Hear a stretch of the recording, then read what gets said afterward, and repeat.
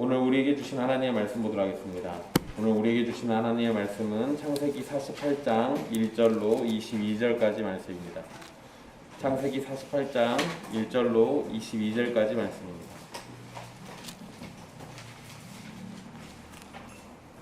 귀하신 하나님의 말씀 받들어서 읽도록 하겠습니다.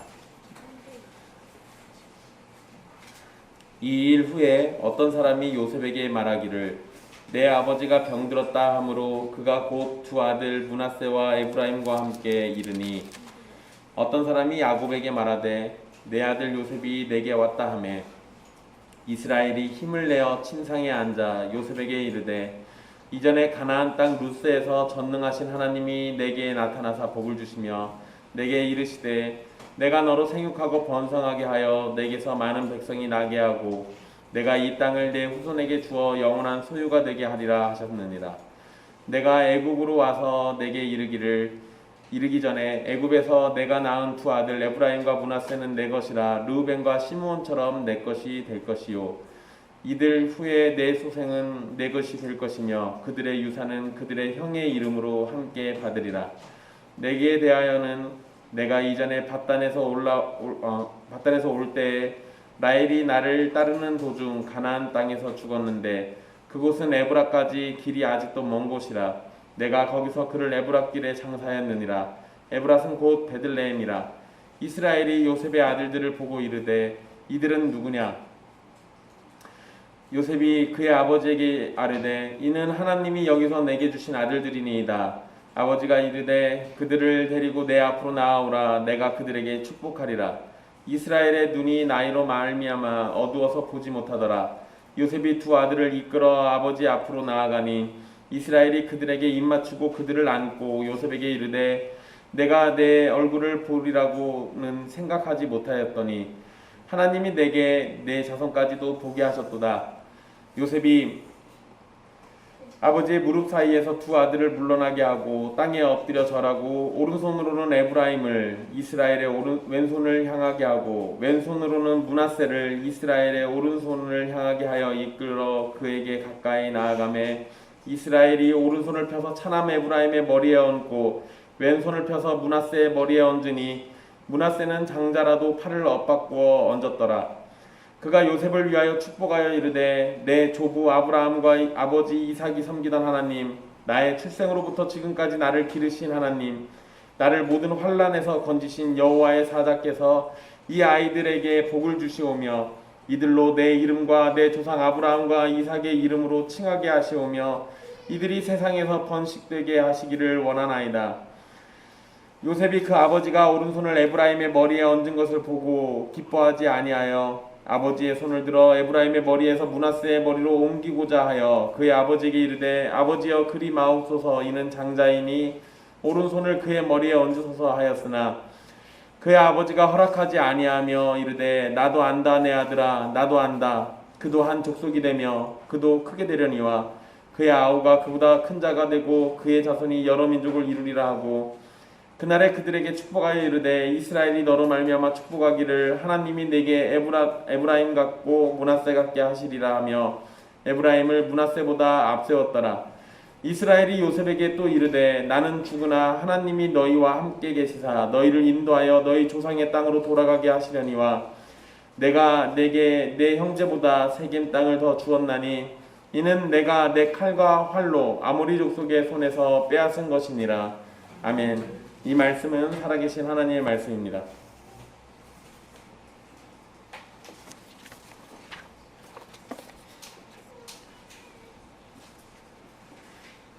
오늘 말씀은 야곱이 병들어 죽기 전에 요셉과 두 아들을 만나는 장면이 기록되어 있습니다. 특별히 야곱은 요셉의 두 아들인 므낫세와 에브라임을 자신의 자식으로 입양식을 하는 장면이 나옵니다. 오늘 말씀에 입양한다 이런 표현은 나오지 않는데 이 전체적인 장면과 그 다음에 행했던 어떤 행위들은 입양식과 관련 있는 겁니다. 그래서 이 부분을 입양으로 분명히 잘 이해하셔야 합니다. 그러면 이후에 이스라엘의 12자녀들, 12지파가 이 요셉의 두 아들까지 포함해서 12지파가 된다라는 게 이렇게 이해가 되는 겁니다. 이 부분을 잘 기억하세요. 어쨌든 이러한 사건으로 인해서 이제 훗날 이스라엘 민족은 12지파로 불리게 되고 므낫세와 에브라임의 이름이 12지파의 이름에 포함되게 됩니다. 그런데 여러분들도 알다시피 야곱의 아들은 12명이죠. 그런데 2명이 포함되면 그러면은 14지파가 돼야 맞습니다. 그런데 요셉은 이 아들로 대체가 됐고요. 그 다음에 레위지파는 12지파에 포함하지 않습니다. 그래서 레위지파까지 하면 13지파가 되는 거고 이 땅을 분배할 때 나눴던 12지파로만 생각을 하면 레위지파는 거기에서 빠져야 하는 거예요. 그렇게 되면 12지파가 맞습니다. 이 부분도 착각하지 마십시오. 어쨌든 이러한 과정 가운데 야곱이 차남인 에브라임에게 장자의 축복을 해주는 일이 벌어지고 그것을 못마땅하게 여기는 요셉의 태도가 기록되어 있습니다. 말씀을 살피면서 어떠한 일이 있었고 왜 이런 일들이 벌어졌는지 그것에 대해서 자세히 살펴보도록 하겠습니다. 1절에 보면 이 일 후에 라는 표현이 나옵니다. 이것은 앞의 사건의 연속으로 이해를 하도록 만들어주죠. 47장 마지막은 야곱이 요셉에게 자신이 죽게 되면 가나안 땅에 조상들이 묻힌 곳에 장사 지내달라고 부탁한 사건이 기록되어 있습니다. 그러니까 그러한 일이 있고 난 후에 요셉은 어떤 사람에게 아버지 야곱이 병들었다는 소식을 듣게 된 겁니다. 그래서 자신의 두 아들 므낫세와 에브라임을 데리고 아버지에게로 가게 됩니다. 1절에서 누군지 모르지만 어떤 사람이라고 되어 있었습니다. 이 어떤 사람이 요셉에게 아버지의 상황을 이야기해 줬는데 2절에서도 어떤 사람이 또 등장해요. 누군지 모릅니다. 이름이 기록되어 있지 않으니까 이 사람 정확히 누군지 몰라요. 그런데 어쨌든 이 어떤 사람은 야곱의 곁에서 야곱을 돌봐주는 사람으로 이해하면 되겠죠.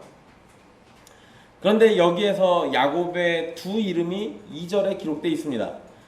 어떤 사람이 요셉이 왔다는 이야기를 전해줄 때 야곱에게 말했다라고 기록되어 있습니다. 그래서 2절에 보면 앞부분에 이렇게 되어 있죠. 어떤 사람이 야곱에게 말하되 라고 이렇게 되어 있어요. 그리고 힘을 내어 침상에 앉은 사람은 이스라엘이라고 기록하고 있습니다. 재미난 표현이죠. 한 사람을 두고 이름을 두 가지를 다 쓰고 있습니다. 병상에 힘없이 누워있는 자는 야곱이고 힘을 내어 일어나는 자는 이스라엘입니다. 힘을 내다는 의미로 번역된 단어는 강하게 하다는 의미입니다.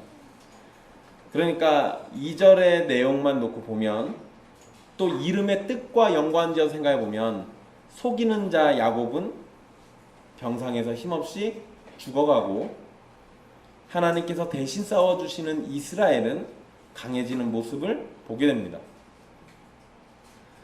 그냥 지나칠 수도 있지만 야곱의 이름을 이스라엘이라고 부르면서 병든 야곱과 강해지는 이스라엘을 기록한 것은 이름과 연관해서 서로 대조를 이루고 있음을 우리에게 보여주려고 한 것이라 생각할 수 있습니다.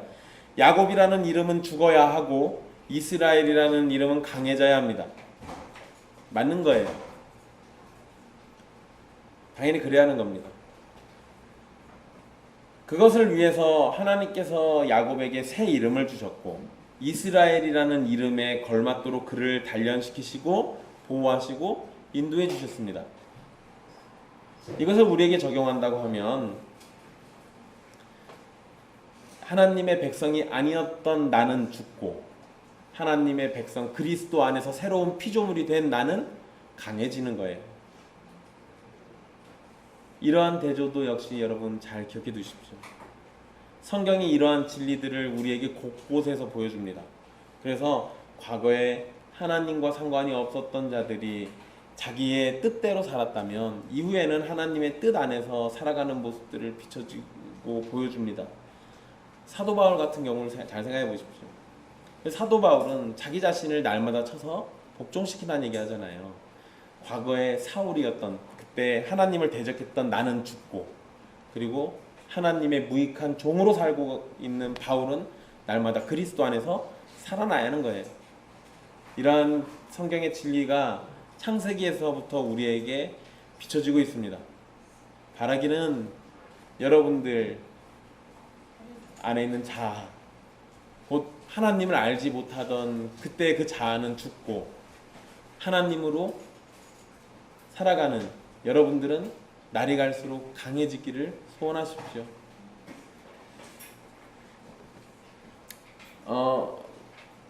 지금 죽음이 가까워진 야곱은 이제 야곱이란 이름 대신에 이스라엘이라는 이름으로 불리게 됩니다. 물론 여러분 49장 넘어가면 또다시 야곱이 또 나옵니다. 근데 48장에서는 야곱이라는 이름이 2절까지만 기록되어 있고 나머지는 계속 이스라엘이라고 불립니다. 그러니까 모세가 의도를 가지고 있는 거예요. 이 장에서 지금 이야기할 때는 이스라엘이라는 이름으로 하나님이 대신 싸워서 이겨주신다, 하나님이 승리해 주신다라는 그 이름으로 불리는 이스라엘이 계속 언급되는 겁니다.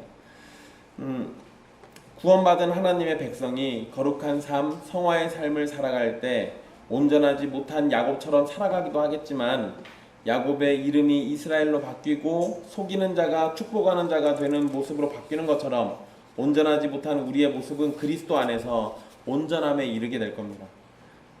3절에 가나안 땅 루스에서라고 이렇게 번역을 해놨는데요. 이 부분을 직역하면 가나안 땅 안에 있는 루스 안에서 이렇게 읽을 수 있습니다. 즉 야곱이 지금 이 요셉에게 하나님이 나를 만나 주셨다라는 얘기를 하는데 그때 야곱은 자신이 하나님을 만난 장소가 가나안 땅, 그러니까 루스 안에 있는 곳이고 그리고 이 루스는 가나안 땅 안에 있는 곳이라는 걸 강조하는 겁니다. 그러니까 약속의 땅에 대한 중요성을 강조하고 있는 거죠. 이 말을 들을 때 요셉은 어디에 있었습니까? 애굽에 있었어요. 가나안 땅 안에 있는 루스 안에서 하나님을 만난 이야기를 듣고 있는데 실제로 이 이야기를 나누고 있는 사람들은 지금 그냥 애굽에 있는 겁니다. 그러니까 야곱이 이스라엘이 의도를 가지고 있는 거예요. 우리에게 있어서 정말 중요한 곳은 이곳이 아니라 돌아가야 할 땅, 가나안 땅, 또 우리를 만나주신 그 하나님이 우리를 만나주셨던 바로 그 장소 루스, 이곳을 강조하고 있는 거죠.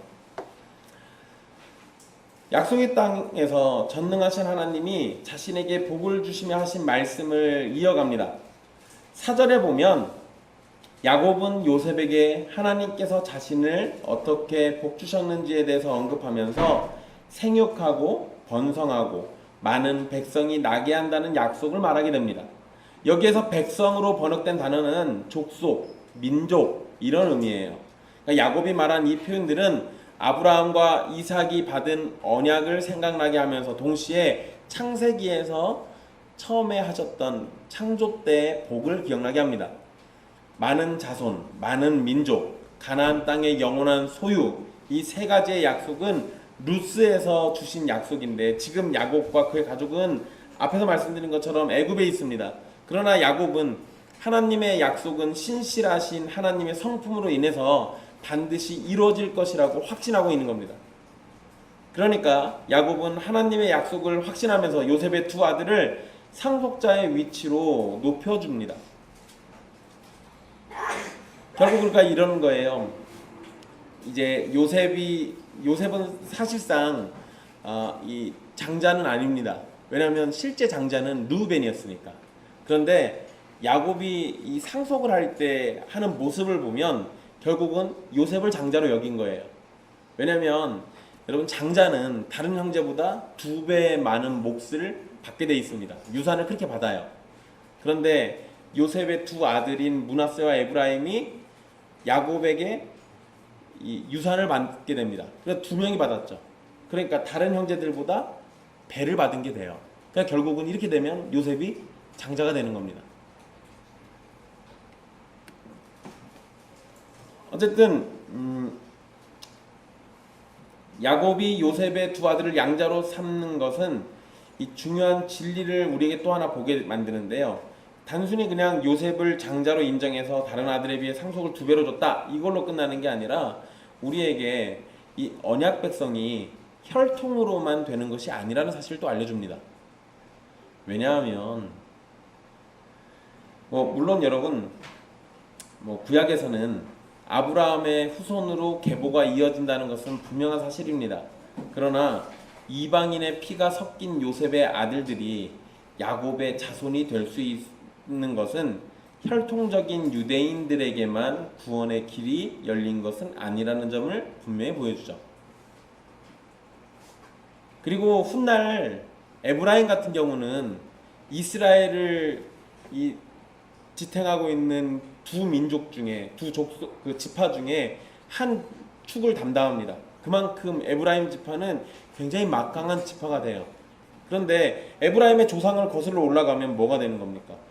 요셉의 아내는 애굽 여자였어요. 그것도 우상 숭배를 하는 제사장의 딸이었어요.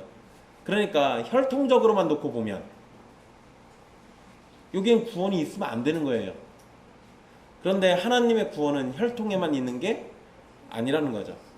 여러분, 제가 어저께 생전 누군지도 모르는 분한테 전화를 받아가지고 3시간을 통화했습니다. 제가 굉장히 사랑하는 김규환 형제가 전화를 했는데 제가 전화를 못 받았어요. 통화 중이어가지고. 근데 그분이 저한테, 목사님 그 개혁교회 맞으시죠? 예, 맞는 것 같습니다. 그래서 네, 저는 제가 예길교회가 개혁교회를 지향한다고 생각하지 개혁교회라고 생각하진 않아요. 네, 우린 개혁교회를 향해 가는 거지. 근데 어쨌든 뭐 그분한테 질문 받아가지고 신나게 이야기를 하다가 한 2시간쯤 통화했을 때 저한테 교단이 어디냐고 물어보시더라고요. 그래서 한국 기독교 장로입니다 그랬더니 그분이 충격받으셨어요. 본인은 대신 측인데 상담을 위해서 나한테 전화한 건데 이게 자기가 배운 바로는 기장은 2단이거든요. 그러니까 2단 목사한테 나름대로 기분 좋게 은혜 받아서 2시간 넘게 얘기했는데, 네, 여러분 그분에게 이 말씀 꼭 드리고 싶네요. 구원은 혈통에 의해서 또는 교단에 의해서 결정되는 게 아니라 하나님의 은혜로 되는 거예요. 물론 그분이 그러고도 1시간을 저랑 더 통화했습니다. 뭐 나름대로 이제 마음에 받아들이셨겠죠. 우리가 때로 이런 실수를 되게 잘합니다. 때로 이런 실수를 너무 잘해요. 그래서 특히 기장 같은 경우도 예전에는 그랬습니다. 다른 보수교단에 있으면 저 꼴통들 이렇게 얘기하면서 모욕하고 멸시하고 그들은 성경의 진리에 대해서 귀를 닫고 있고 사실에 대해서 안 보려고 한다 이런 식으로 외면하면서 그쪽에는 진리가 없는 것처럼 얘기했고, 또 보수교단에서는 기장이나 감리교나 이런 데를 자유주의 신학에 물들어가지고 아무것도 모른다라고 이렇게 치부했어요. 네, 여러분, 제가 기장에서 목사로 있지만 뭐 우리는 교단을 옮기기로 했지만요. 그러나 기장 안에 있는 신자들 중에 고신측 신자들보다 훨씬 더 하나님께 순종하려고 하는 사람들, 하나님의 말씀에 또 복음에 대해서 예민한 사람들 굉장히 많습니다. 이런 걸 보면 하나님의 은혜는 교단을 뛰어넘어요. 그러니까 우리가 그 교단이나 또는 뭐 개혁교회나 뭐 복음주의 교회나 이런 거에 얽매일 이유가 전혀 없습니다. 하나님의 은혜를 그런 식으로 축소하면 안 돼요. 네, 여러분, 창세기에서 요셉의 2 아들이 이렇게 야곱의 아들로 입양될 수 있는 것만 놓고 보더라도 유대인들은 감히 유대인들에게만 구원이 있다라고 혈통을 논할 수 없어요. 그런데 나중에 모습들을 보면 유대인들은 이 혈통에 목을 맵니다. 그러니까 이 사람들은 성경의 진리에 대해서 온전히 보지 못하고 있다는 거죠. 정말 안타까운 현실입니다. 성경의 가르침은 구원은 혈통에 달린 것이 아니라는 겁니다. 구원은 하나님의 은혜에 달려있는 거예요. 그런데 여러분 7절에 보면 뭐 방금 6절에서는 뭐 내 소생은 내 것이 될 것이며 그들의 유산은 그들의 형의 이름으로 함께 받으리라 이런 얘기를 했습니다. 그리고 분명히 입양식 하는 것 같은 얘기를 했어요. 그런데 갑자기 7절에 라헬이 죽고 묻힌 이야기를 합니다. 야곱은 라헬에 대한 사랑으로 요셉을 더욱 아꼈고 요셉의 2 아들을 상속자로 높인 것으로 이해할 수 있습니다. 그러니까 갑자기 생뚱맞게 오다가 밧단에서 올 때 라헬이 오는 중에 죽어서 에브랏길 곧 그 베들레헴 길에서 장사했다라는 이야기를 기록하고 있는 것이 아마도 이 라헬에 대한 사랑을 이야기하고 있는 거예요. 또 달리 생각해 보면 이렇게도 볼 수 있습니다. 이 야곱에게 있어서 그 자녀라고 하면 레아나 라헬이나 실바나 비라가 낳은 자식들이어야 자녀가 돼요. 그런데 요셉의 2 아들은 야곱이 직접 낳은 게 아니잖아요. 그러니까 라헬이 죽어서 더 이상 자식을 낳을 수 없는 상황이었다라는 것을 이야기하려고 7절 말씀을 기록했을 수도 있습니다. 그런 상황인데 요셉을 통해서 2명의 다른 아들을 얻은 것, 이것은 하나님의 은혜다라는 것을 우리에게 강조해 주려고 이렇게 얘기했을 수가 있어요. 어쨌든 요셉을 통해서 2 아들을 얻게 되었다는 의미, 그것이 7절 말씀의 핵심입니다. 야곱은 이렇게 말한 이후에 요셉의 아들들을 보고 8절에 갑자기 이렇게 얘기하죠. 이들은 누구냐? 여러분, 이름이 이상하잖아요. 방금 전만 해도 내 2 아들을 내 소생으로 하겠다 이런 얘기 하더니 갑자기 쳐다보고는 얘는 누구야? 라고 이렇게 물어본 거예요. 네, 여러분, 10절 말씀에 가서 보면 야곱의 눈이 잘 보이지 않았기 때문에 10절 말씀에 이스라엘의 눈이 나이로 말미암아 어두워서 보지 못하더라 이렇게 기록하고 있잖아요. 그러니까 나이가 많아서 눈이 잘 안 보이니까 요셉의 아들들을 못 알아봤을 수도 있습니다. 그랬을 가능성도 있어요. 그러나 못 알아봐서 질문했다기보다는 만약에 그런 식이라면 요셉은 어떻게 알아봐요? 눈이 어두워서 못 알아봤다고 한다면 그러잖아요. 그러니까 이게 눈이 어두워서 못 알아봐서 질문을 했다라기보다 야곱은 앞에서 요셉의 2 아들을 자신의 아들처럼 상속하겠다는 말을 했잖아요. 그 말을 따라서 법적인 입양 절차를 밟기 위해서 물어봤을 가능성이 높습니다. 이건 뭐 예를 하나 들어드리면 조금 이해하기가 쉬운데요. 마치 여러분 결혼 서약을 할 때 결혼식에서 결혼 서약을 하잖아요. 혼인 서약. 그때 신랑과 신부에게 서로를 검은 머리가 팥불이 될 때까지 사랑하겠냐고 물어봅니다. 여러분, 신랑과 신부가 사랑하기 때문에 결혼하는 거 아니에요? 거기서 뭐하러 물어봅니까? 왜 물어본 거예요? 사람들이 있는 곳에서 그 사랑을 증언하는 것을 통해 언약 관계 안에 있다라는 것을 확인시켜주기 위해서 그걸 하는 거예요. 그러니까 혼인 서약을 할 때 그 말은 이미 사랑하니까 결혼을 추진했을 거 아니에요. 하지만 사람들 앞에서 그 사랑을 내가 입으로 확증하면서 이 언약의 증인들 앞에서 우리가 하나님 앞에 이 언약으로 가정을 이루었다라는 것을 보여주는 겁니다. 그러니까 마찬가지로 야곱은 요셉의 2 아들의 이름을 물어봅니다. 이들이 누구냐라고 할 때 이것은 공식적인 입양 절차를 밟는 것으로 이해할 수 있습니다. 그러니까 몰라서 물어본 게 아니라 알면서도 물어본 거예요. 게다가 여러분, 이들이 누구냐라고 이렇게 질문했는데 요셉은 야곱의 질문에 아들들의 이름을 말하진 않습니다. 이들이 누구냐 그러면 우리 보통이면 누구라고 합니까? 뭐라고 하겠어요? 뭐 제 아들 주성이 은성입니다라고 얘기하.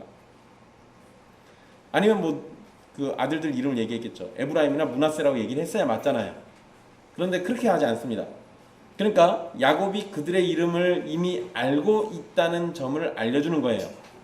이들이 누구냐라고 했을 때 이름을 말하지 않는 건 이미 이들의 이름은 알고 있는 거예요.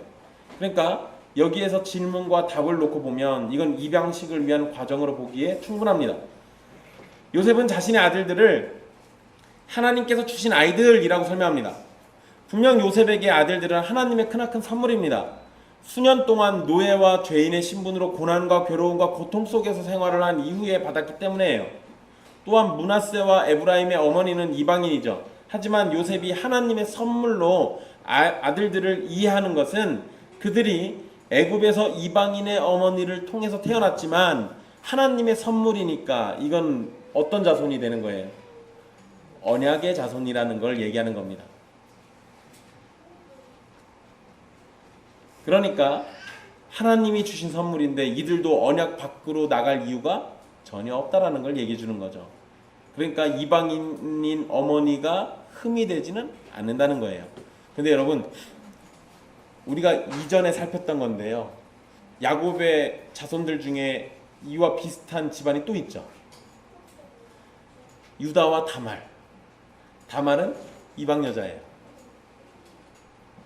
그러니까 다말이 또 낳은 아들들이 유다의 자손이 되고 그 유다의 자손들은 야곱의 자손들로 인정받습니다. 이렇게 놓고 보면 이방인이라서 구원 밖으로 밀려난다라는 건 있을 수 없는 거예요.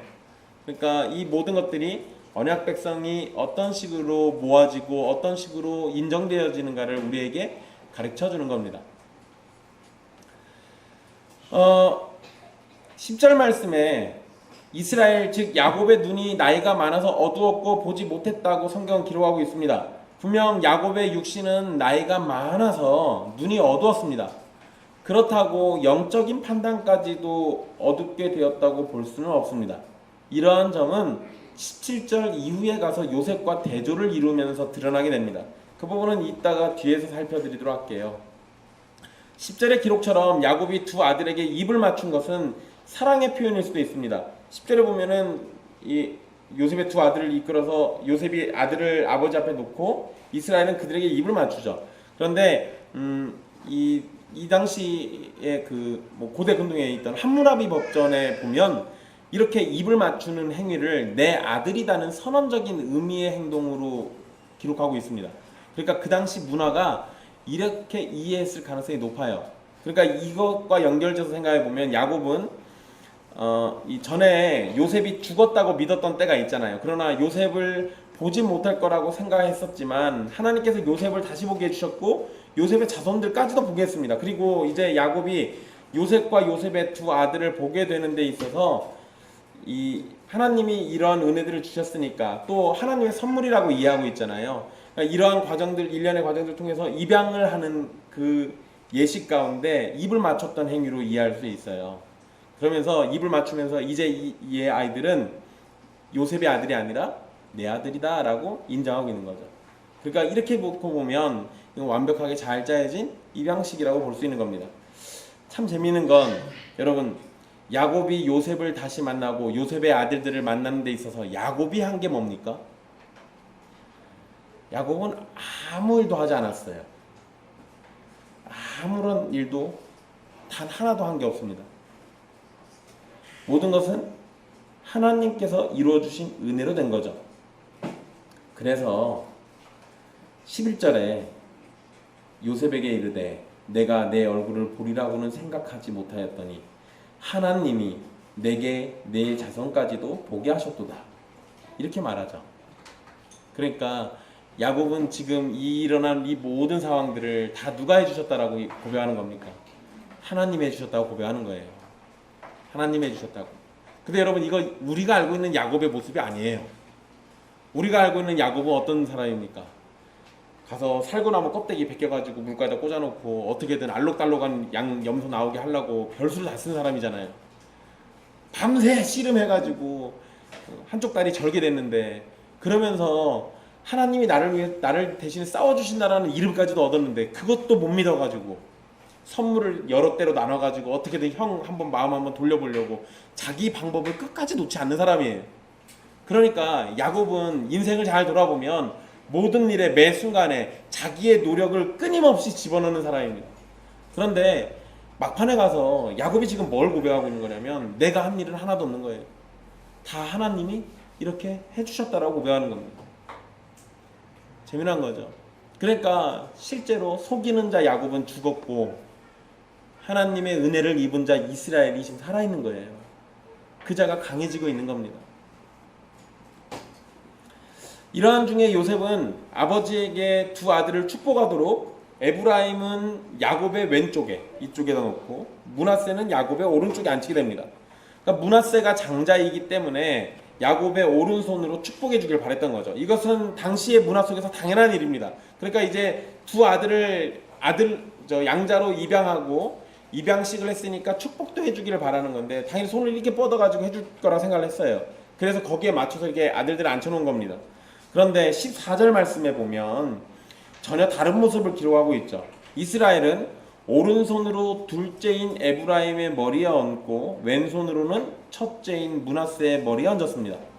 성경은 이러한 행동을 팔을 엇바꾸어 얹었더라고 기록하고 있습니다. 그러니까 팔 이렇게 엇갈려 놨다는 거죠. 엇갈려 놨다는 겁니다. 그런데 여러분 여기에 엇바꾸다라는 단어가 신중하다는 의미가 있어요.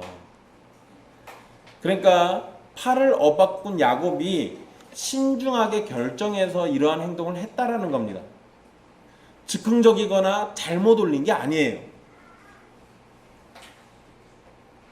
사람들이 자꾸 10절에 이스라엘의 눈이 나이로 말미암아 어두웠다라는 저 기록 때문에 눈이 어두워서 팔을 엇바꿨나?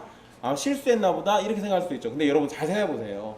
축복을 하는데 팔이 이렇게 엇바뀌어서 가는 게 이게 실수겠습니까? 이럴 리가 없잖아요. 이건 실수일 리가 없죠. 그러잖아요. 그런데 그 엇바꾸다라는 단어에 모세가 굳이 신중하다라는 의미가 있는 단어를 사용해가지고 기록하고 있는 걸 보면 야곱은 정말로 신중하게 생각하고 신중하게 판단 내려서 행동을 한 거예요. 그리고 15절 16절에서 야곱은 에브라임과 므낫세에게 축복을 합니다. 그런데 성경은 요셉을 위하여 축복한다고 기록하고 있어요. 참 재밌죠. 15절에 그가 요셉을 위하여 축복하여 이르되 이렇게 얘기합니다. 그러니까 요셉의 아들을 축복하는 내용이지만 그것은 곧 요셉을 위하는 일이라는 거예요. 중요한 거죠. 중요한 겁니다. 그러니까 이 지금 하고 있는 모든 일들은 요셉을 사랑하니까 요셉 때문에 하고 있는 거예요. 야곱은 하나님을 조상들의 하나님, 자기를 일생 기르신 하나님, 자기를 환난 가운데 건지신 천사라고 부릅니다. 그게 15절, 16절에 걸쳐서 나와 있는 건데요. 15절엔 두 가지죠. 아브라함과 아버지 이삭이 섬기던 하나님과 조상의 하나님이죠. 그 다음에 나의 출생으로부터 지금까지 나를 기르신 하나님을 언급하고요. 16절에는 나를 모든 환난에서 건지신 여호와의 사자라고 기록하고 있습니다. 근데 여러분 16절에 나를 모든 환난에서 건지신 여호와의 사자라고 번역되어 있지만 원문에는 여호와의 사자라는 표현이 안 나와요. 그냥 사자라는 단어만 있습니다. 그러니까 원문대로 읽으면 나를 모든 환난에서 건지신 사자예요. 이 사자는 천사라는 의미도 있으니까 그러면 나를 모든 환난에서 건지신 천사라고도 읽을 수 있습니다.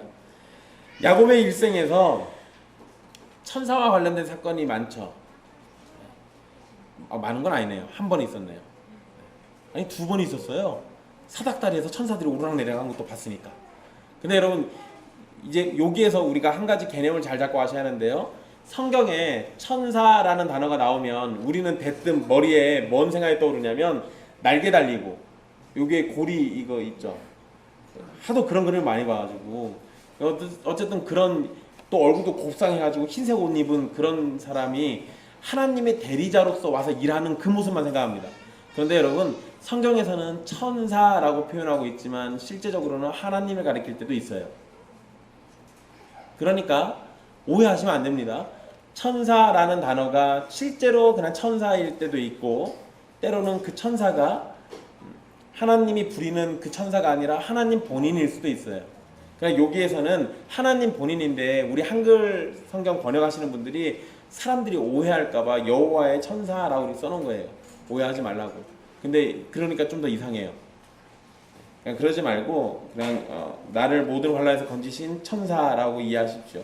그런데 제가 이제 이거에 대해서 설명드리자면 야복강가에서 씨름을 했던 이 천사와 씨름했던 사건이 있죠.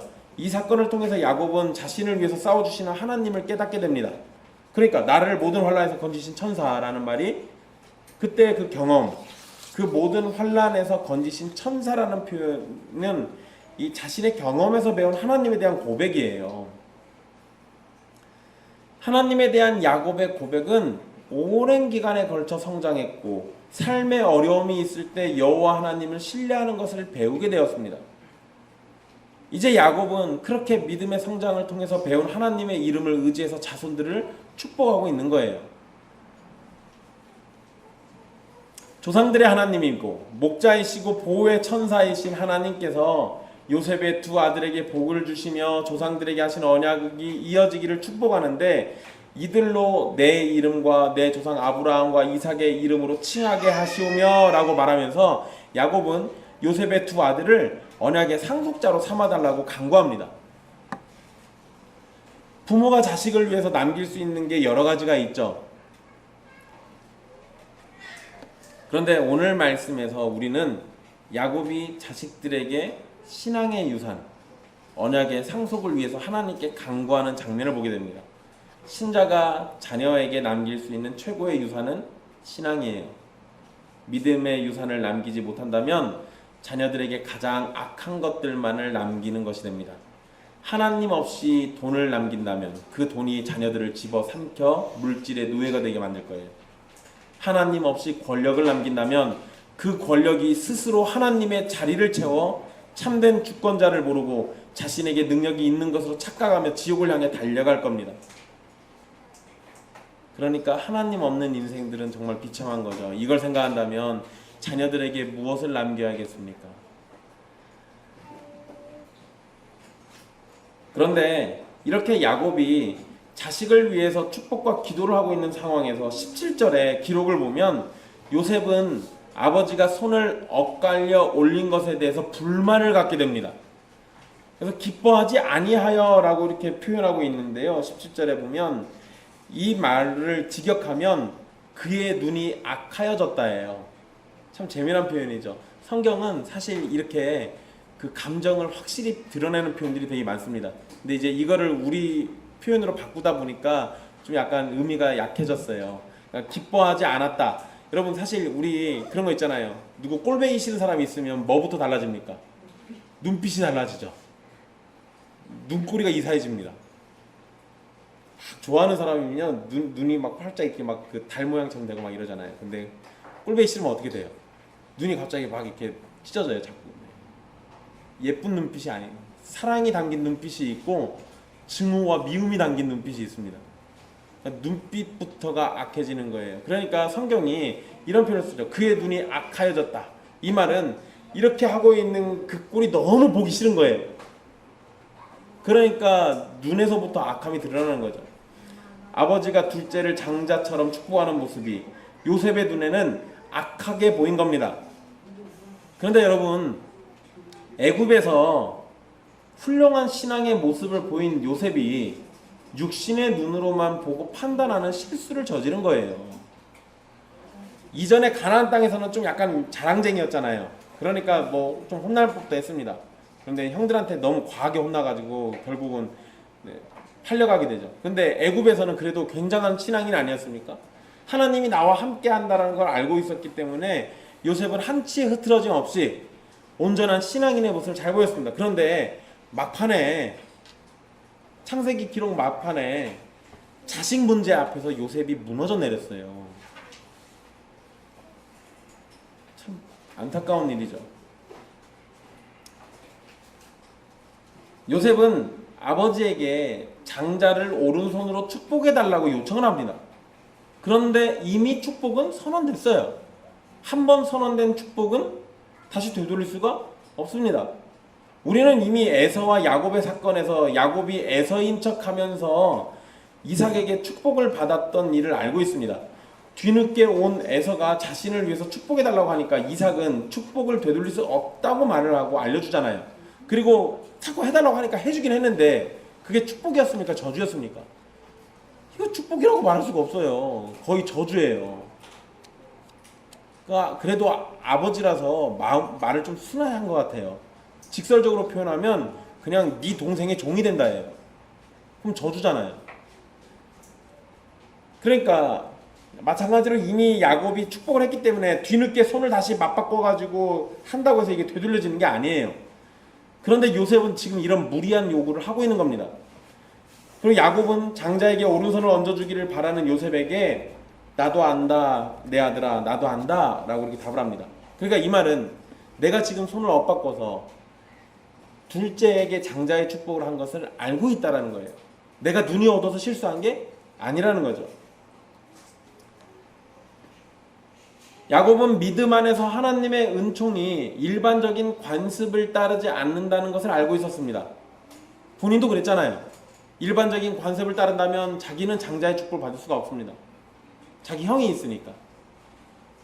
그런데 그게 아니라는 걸 알고 있어요. 그렇기 때문에 야곱은 요셉에게 므낫세도 큰 복을 누리게 되겠지만 하나님의 계획은 동생인 에브라임이 므낫세보다 큰 자가 되는 것이라고 말해줍니다.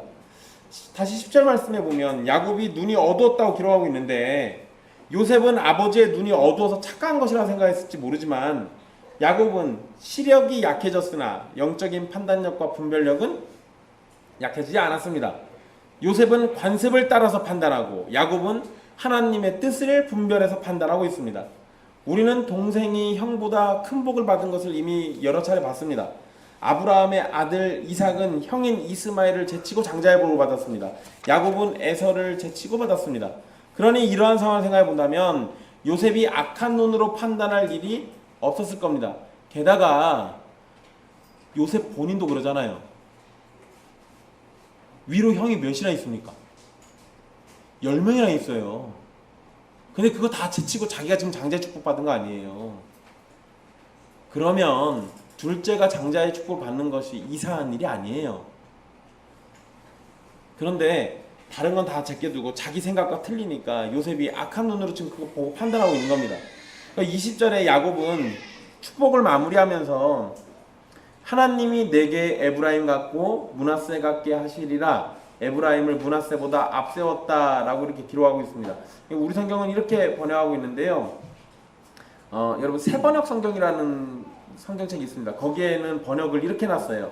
하나님이 너를 에브라임과 같고 므낫세와 같게 하시기를 빈다고 할 것이다. 이렇게 야곱은 에브라임을 므낫세보다 앞세웠다. 그러니까 이게 뭔 말이냐면요. 여러분 20절에 그냥 우리 성경대로 하면은요. 그 에브라임을 므낫세보다 앞세웠더라 라는 말이 이게 약간 좀 이상해요. 그러니까 이거는 모세가 해석해 준 거예요.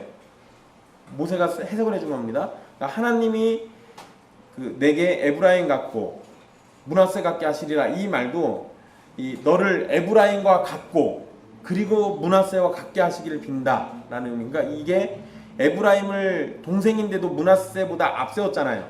그러니까 으뜸이 되게 한다라는 의미를 갖다가 여기다 부여해 준 거예요. 그래서 그 뒤에 에브라임을 므낫세보다 앞세웠다라는 설명을 붙여놓은 겁니다. 그러니까 야곱이 축복하면서 므낫세의 이름보다 에브라임의 이름을 먼저 말하면서 더 높였다는 의미죠. 야곱은 요셉에게 말을 합니다. 마무리를 지으면서 이런 말을 하는데요. 나는 죽으나 하나님이 너희와 함께 계시사라고 이렇게 얘기해요. 야곱은 자신의 경험에 비추어서 이렇게 말합니다. 지금껏 하나님께서 야곱과 항상 함께 계셨습니다.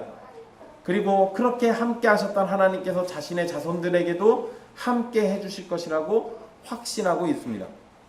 무엇보다도 창세기 46장 4절에서 하나님은 내가 너와 함께 애굽으로 내려가겠고 반드시 너를 인도하여 다시 올라올 것이라고 약속을 하셨습니다.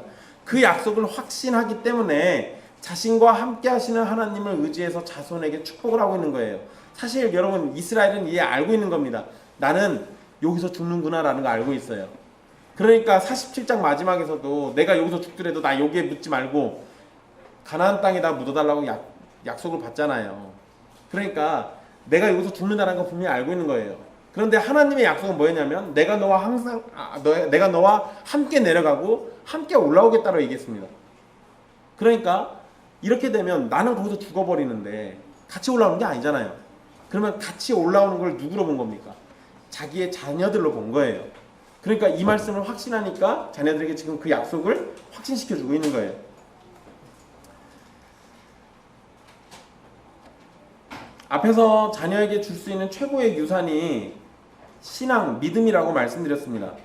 이 믿음이 하나님을 가리키고 있죠. 야곱은 자신이 죽을 것이라고 말하지만 하나님께서는 함께 계신다는 말도 함께하고 있습니다.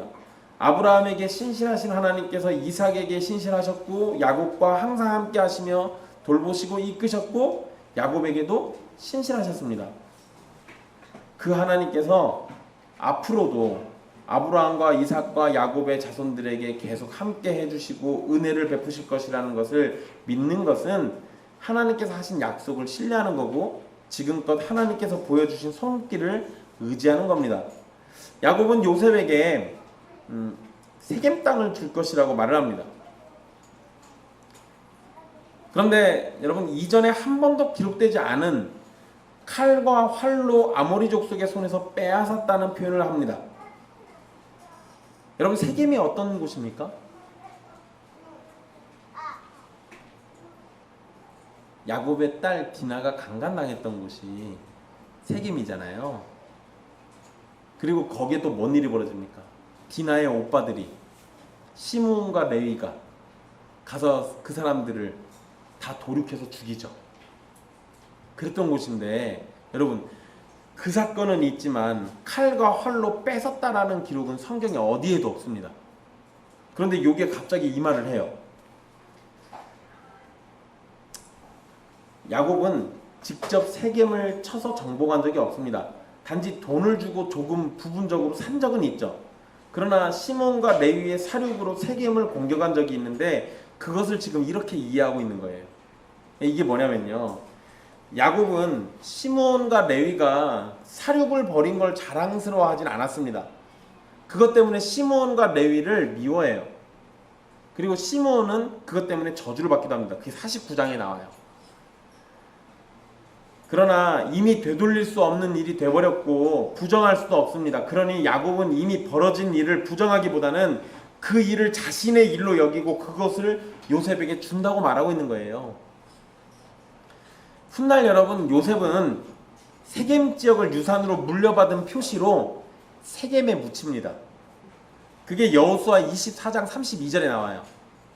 그러니까 출애굽할 때 요셉의 유고를 가지고 출애굽을 합니다. 그렇게 해서 가나안 땅 정복이 다 끝나고 나니까 세겜에다가 요셉의 유고를 묻어요. 이러면서 이 가나안 땅 정복이 다 끝났다라는 것을 이렇게 확신시켜 줍니다. 그러니까 여기에서 야곱이 이때 요셉에게 한 얘기지만 이것의 성취는 훗날 이스라엘 백성들이 여호수아와 함께 가나안 땅을 정복하고 난 다음에 이루어지게 돼요. 오늘 말씀에서 야곱은 요셉의 두 아들을 양자로 받아들이고 그들을 축복하게 됩니다. 그런데 그 축복의 과정에서 요셉은 인간적인 눈과 관습으로 판단하는 잘못을 범하게 됩니다.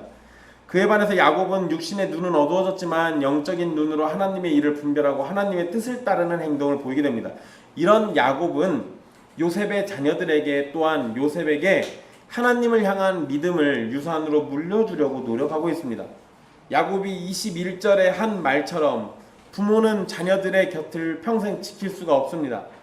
그렇지만 하나님께서는 언약의 자녀들에게 그리스도 안으로 부름을 받은 자녀들을 떠나지 않고 항상 함께 해주실 겁니다. 이것은 야곱이 그렇게 될 것이라고 말해서 얻어진 것이 아니라 창세 전부터 우리를 사랑하시고 그리스도의 이름으로 부름받은 모든 백성을 향해서 주어진 복입니다. 야곱은 단지 그 복을 요셉에게 말해준 것 뿐입니다. 아버지로서 저는 아주 형편없죠. 저 나름대로 노력한다고는 합니다. 그런데 허점이 많아요. 부족한 것도 많고요. 저는 사랑도 별로 없습니다. 믿음의 모범도 잘 보이지 못합니다. 만약에 저에게 자녀들의 구원이 달려있다라고 한다면 저와 함께하는 모든 아이들은 지옥 갈 겁니다. 분명 저는 아주 형편이 없지만 그러나 하나님의 언약 안에서 소망을 품을 수 있는 것은 하나님께서 택하신 백성과 함께 하셔서 당신의 백성을 인도하여 주신다는 사실 때문에 그래요.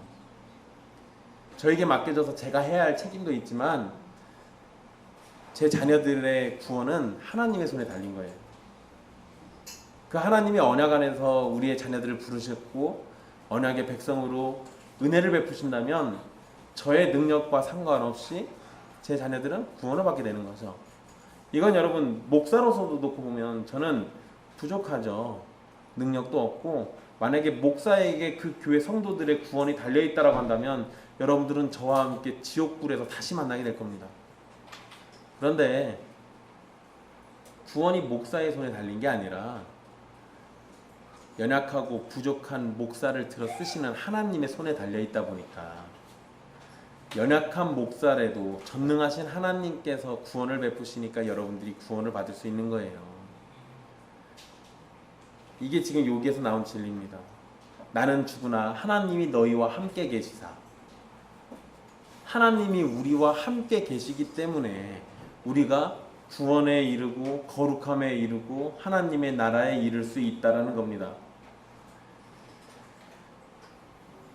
아무것도 자녀들에게 남겨줄 수 없다고 해도 야곱이 고백하는 것처럼 조상의 하나님, 항상 기르시는 하나님, 모든 환난에서 건져주시는 하나님을 자녀들에게 알려주고 하나님의 은혜와 사랑을 구한다면 우리는 우리의 자녀들에게 가장 최고의 유산을 남겨줄 수 있는 겁니다. 또 여러분 달리 생각해 본다면 이거는 나 자신에게도 가장 최고의 선물을 주는 것이 되기도 합니다. 자녀들 얘기는 자녀가 있는 집에는 해당되겠지만 그러지 않을 수 있잖아요. 그런데 여러분 이 말씀을 그냥 나 자신에게 적용해 보세요. 나에게 야곱이 말했던 그 조상의 하나님, 또 항상 기르시는 하나님, 모든 환난 가운데서 건져주시는 하나님을 나 스스로에게 알려주는 거예요. 하나님의 말씀을 통해서, 설교 때 들은 걸 통해서, 신앙 서적들을 통해서 배운 바들을 자꾸 나 자신에게 전하는 겁니다. 그럴 때 내가 나에게 줄 수 있는 가장 최고의 선물을 주는 것이 됩니다. 여러분, 사람들은 뭐 옛날 분들은 그런 게 별로 없었어요.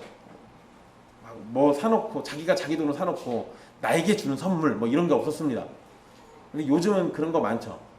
나 수고했으니까 나에게 주는 선물 하면서 자기가 자기한테서 막 돈 뭘 써요. 옛날에도 물론 여러분 어른들이 막 자기 내키는 대로 막 사면 그게 자기에게 준 선물이었죠. 그런데 여러분, 우리는 우리 스스로에게 좋은 선물을 줄 수도 있습니다. 좋은 옷, 맛있는 먹거리, 좋은 집, 좋은 차, 뭐든 줄 수 있어요. 그런데 그것보다 자기 자신에게 가장 좋은 선물을 줘야 한다면 하나님을 줘야 하는 게 아닙니까? 여러분들 집안에서 생활을 한다고 할 때 보통 사람들은 집안에서 하루 종일 있으라 그러면 뭐 합니까? 기회는 이때다 하고 늘어지게 게으름 부리겠죠. 여러분, 뭐 물론 때로는 우리 그런 휴식이 필요하기도 해요.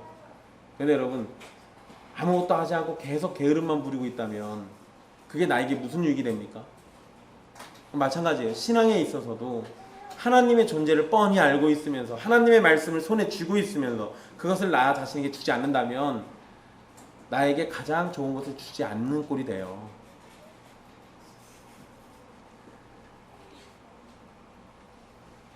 우리는 어떠한 것을 즐거워합니까? 또 어떤 것을 누리려고 합니까? 하나님의 말씀을 듣고 하나님을 가까이 하며 하나님께 기도함으로 하루를 시작하고 마칠 수 있는 것으로 만족하실 수 있습니까? 그런 것들을 즐거워하실 수 있겠어요? 사실 여러분, 별거 아닌 것처럼 보일 수 있지만 인간에게 줄 수 있는, 그리고 나 스스로에게 줄 수 있는 가장 큰 행복이에요. 단지 우리는 그런 걸 안 해보고 그것이 얼마나 중요한지를 모르는 것이 문제인 거예요. 야곱이 요셉과 그의 자녀들에게 하나님을 알려준 것처럼 여러분 스스로에게 하나님을 알려주십시오. 하나님으로 즐거워하는 삶을 알려주시고요. 하나님께서 우리를 위해 구원의 길과 영생의 길과 거룩의 길을 마련해 주신 것을 알려주십시오. 하나님만이 우리의 참되고 유일한 위로가 되신다는 사실을 여러분 스스로에게 알려주세요. 여러분의 영혼에, 또 여러분의 가족들에게, 여러분의 자녀들에게 무엇을 들려주고 무엇을 선물로 주며 무엇을 유산으로 남겨주고 싶습니까? 가장 귀하고 가장 중요하고 가장 알맞은 하나님을 아는 지식을 전해주십시오. 육신의 눈은 관습과 인간적인 판단으로 바라보게 되지만 영혼의 눈은 하나님을 더욱 바라보기를 원하게 된다는 사실을 기억하십시오. 사랑하는 형제 자매 여러분, 하나님으로 즐거워하기를 소망하시고 신앙의 선물을 가족에게 주시며 신앙의 유산을 자녀들에게 남기시는 여러분이 되시기를 간절히 바랍니다. 고난과 시련 없이 할 수 있다면 좋겠지만 그것이 안 된다면 야곱과 같은 믿음의 시련을 통해서라도 하나님을 온전히 알게 하셔서 여러분의 영혼이 죽음을 맞이할 때 하나님을 즐거워하며 하나님을 바라는 빛나는 영혼이 되기를 간절히 바랍니다. 여러분 안에 그러한 고난과 시련을 겪으면서 속이는 자 야곱은 죽고 하나님이 강하게 하는 자 이스라엘은 살아나는 그러한 역사가, 하나님의 은혜가 가득하기를 간절히 바랍니다. 기도하겠습니다.